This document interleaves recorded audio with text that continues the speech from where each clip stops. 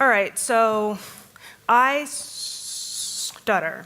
And the only way that I know how to talk about communication is by first telling you about the way that I communicate. Now, stuttering is a pretty big part of the person that I am. And so I'm going to tell you just a few things about, just me as a person and me as a stutterer. And so I've stuttered for pretty much my entire life. So my parents told me that I began to stutter when I was around 3 years old. So this is me at around that age, and I know I'm painfully adorable. And,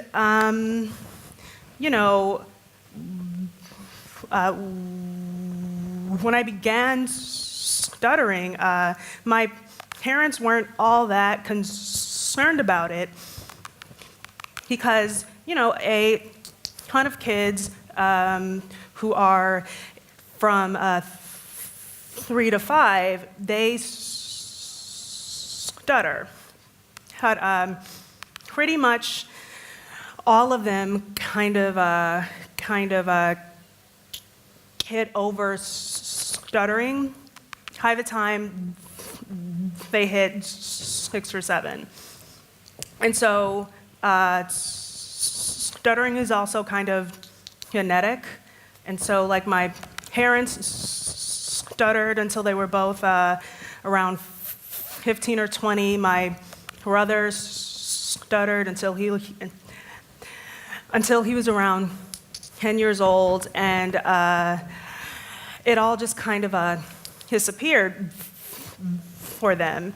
And so for me, the assumption was that it was probably just going to take care of itself. 32 years later, and it has not taken care of itself. So I had to figure out how to talk to people in a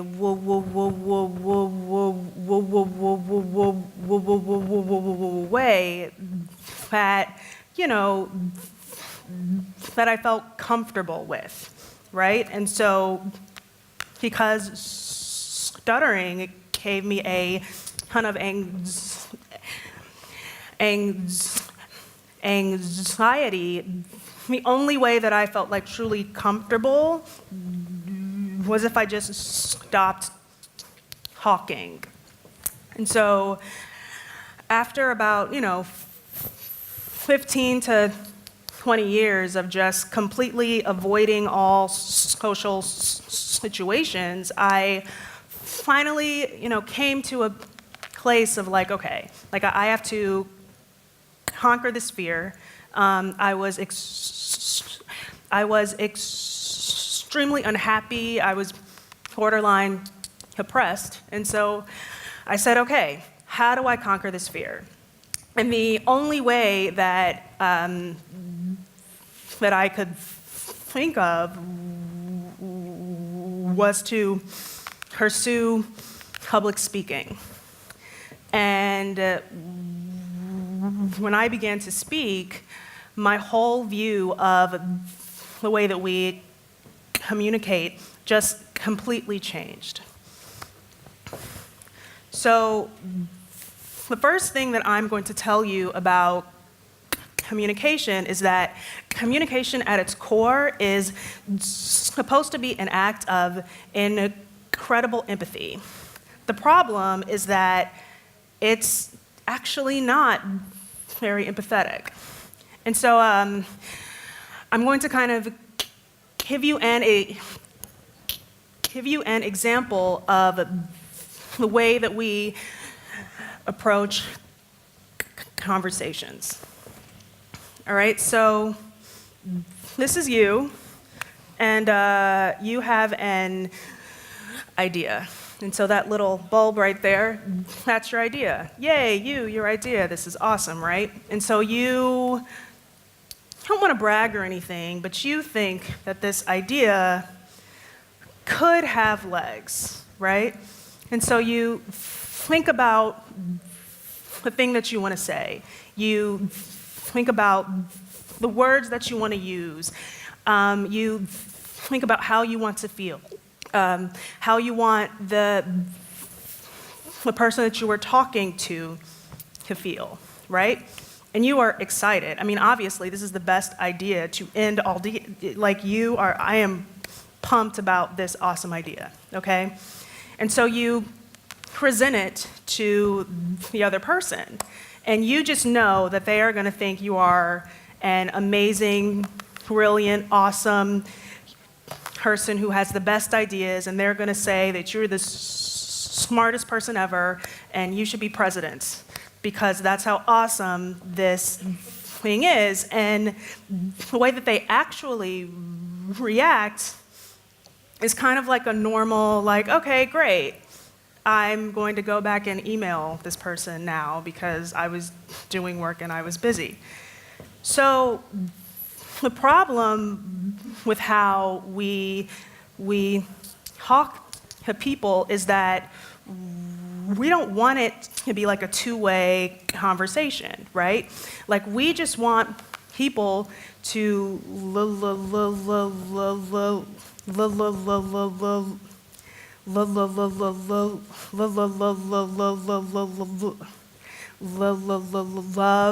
you know, the things that we think and feel the way that Kanye loves Kanye.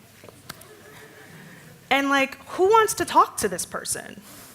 Well, not him. We all want to talk to Kanye, but like how, you know, we are only thinking about ourselves. We're only thinking about us, right? So this self-focused approach to communication, it completely kills collaboration on teams, right? And it causes problems because we only want people to think of us, and that is the wrong way to approach conversations. So, what do we need to do?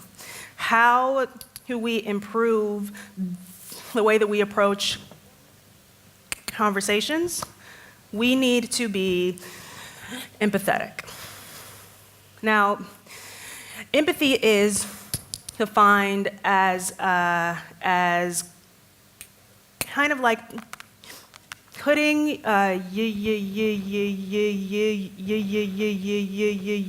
yourself in the shoes of another person, right? It's not sympathy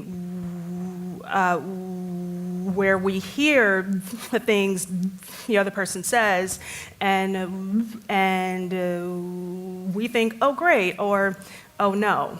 No, like we are completely internalizing this other person's experience, right? And that's why empathy fuels connection. And if this is true, then empathetic communication is going to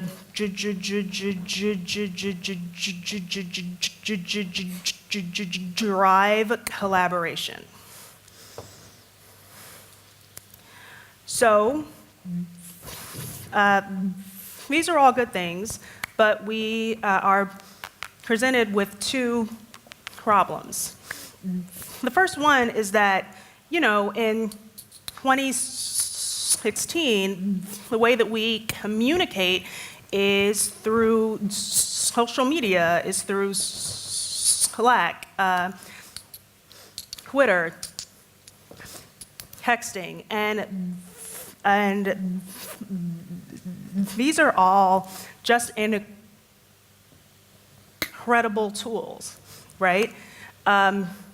because of these tools, it's so much easier to share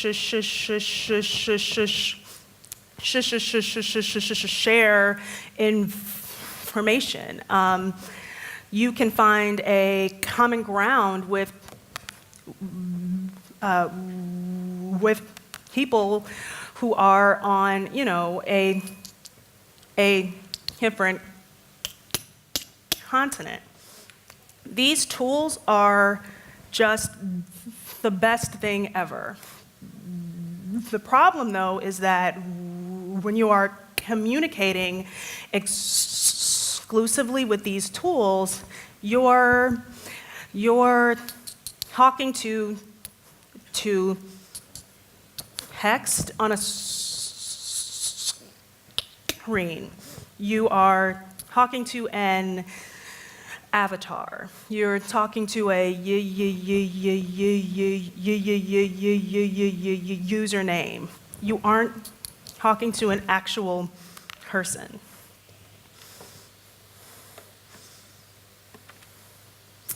And that's why technology can't replace the social aspect of face-to-face communication.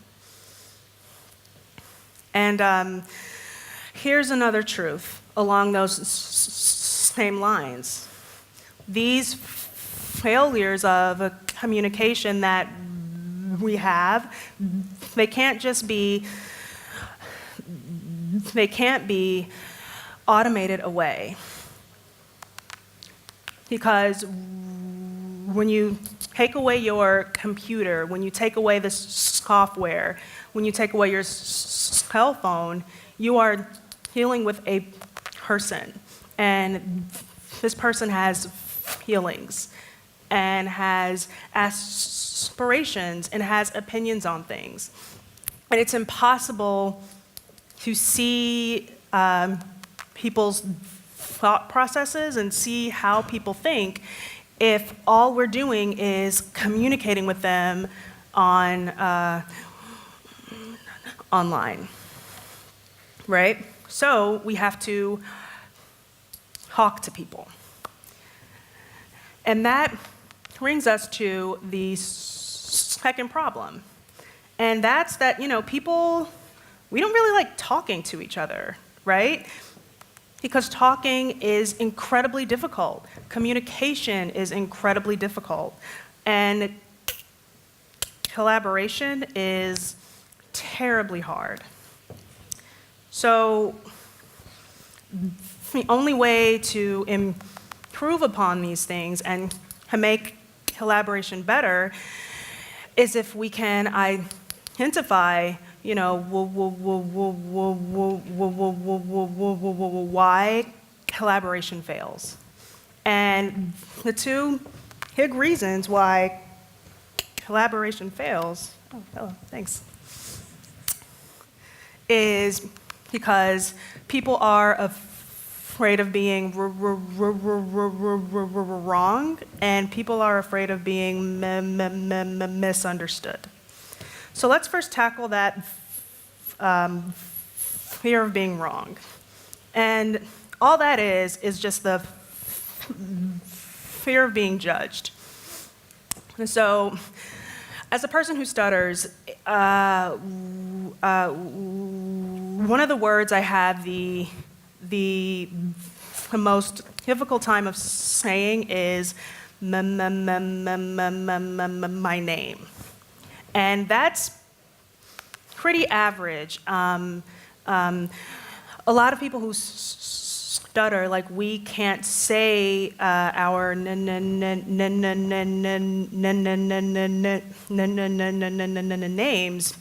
because it's the only,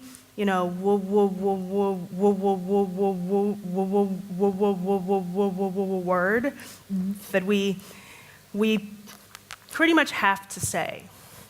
Right? And so I would go to these events and I would say, hi, my name is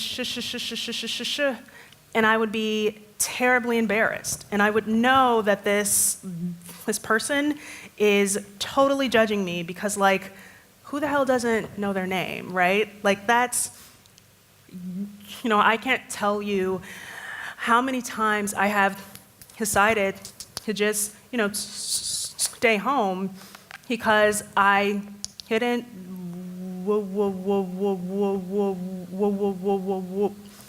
want people to judge me. So,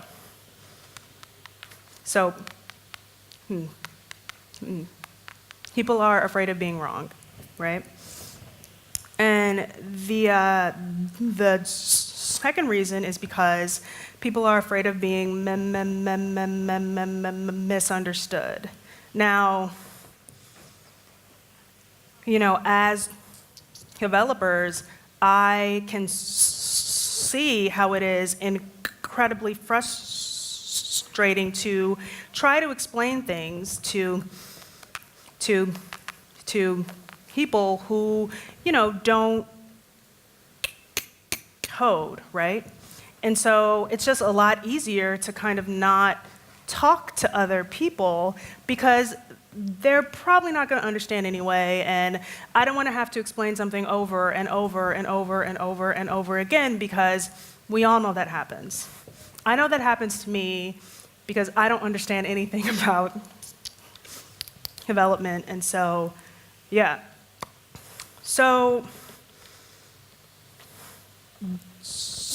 I've presented you with the problems here. So now I'm going to present you with the solutions, right? So, how do you make collaboration better? Well, speak up and encourage the people on your team to speak up as well. Because silence kills collaboration.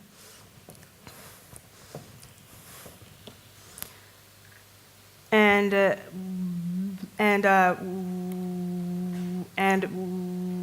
when you were speaking, think about the person that you were talking to, right? How do they have to be spoken to in order to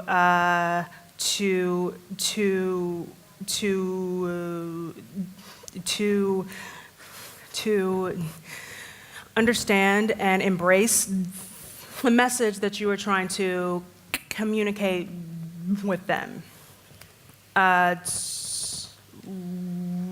We're all on different planes, intellectually, mentally, and that's okay. Speaking to people on their level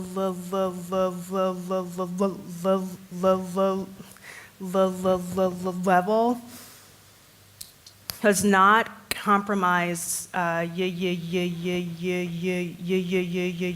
yours. And when you are listening, think about the speaker. Now, the best way that I can kind of explain this one is to think about what you are experiencing right now.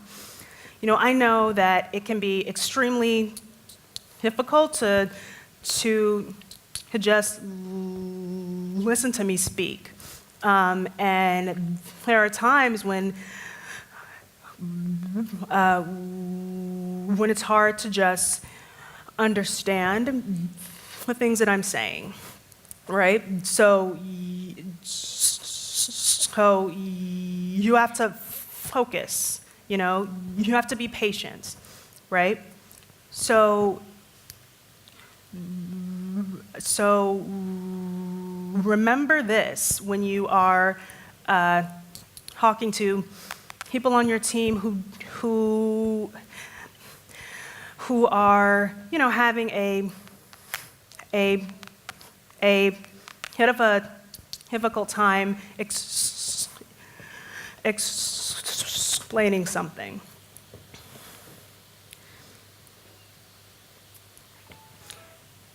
So the thing to remember here is that, you know,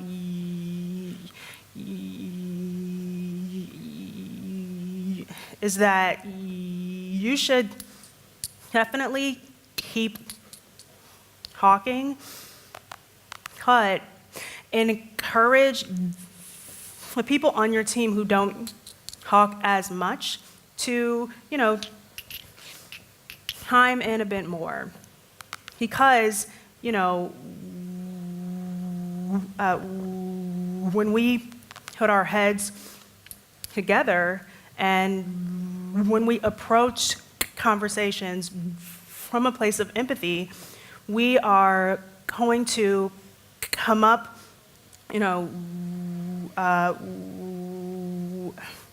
come up with ideas that are bigger and better than the things that we could have come up with on our own.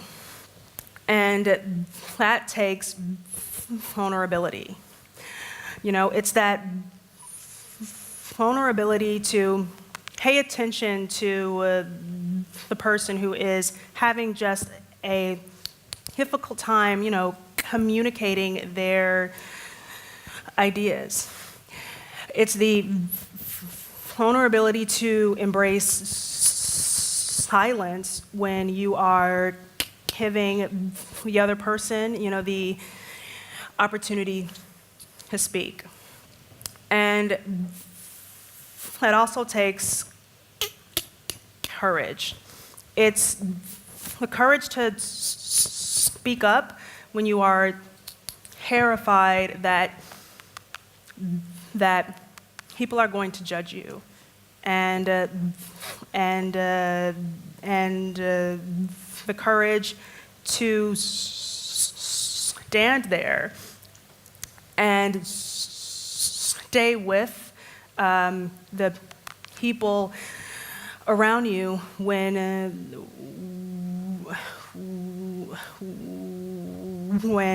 they are being vulnerable.